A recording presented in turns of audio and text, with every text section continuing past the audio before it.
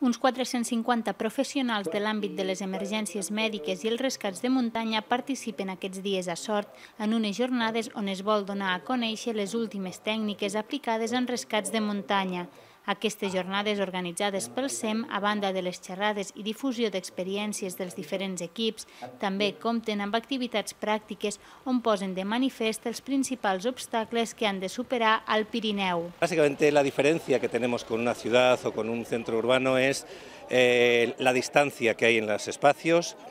la dificultad de comunicaciones, porque evidentemente aquí no hay ninguna autopista, la dificultad de acceso en épocas determinadas del año, o mucho calor o muchísimo frío, la nieve, las condiciones climatològiques són importantes i la soledat. S'ha posat força èmfasi en que els grans centres mèdics es troben allunyats del Pirineu, de manera que els professionals que hi ha aquí treballant no tenen un recolzament proper. A més, la presència a les segones jornades d'emergències del Pirineu de professionals de diferents punts de Catalunya, França, Andorra i l'estat espanyol fa que es coneguin entre ells i comparteixin vivències. A muntanya no ens podem recolzar d'altres bases que són nostres, del SEM, per exemple,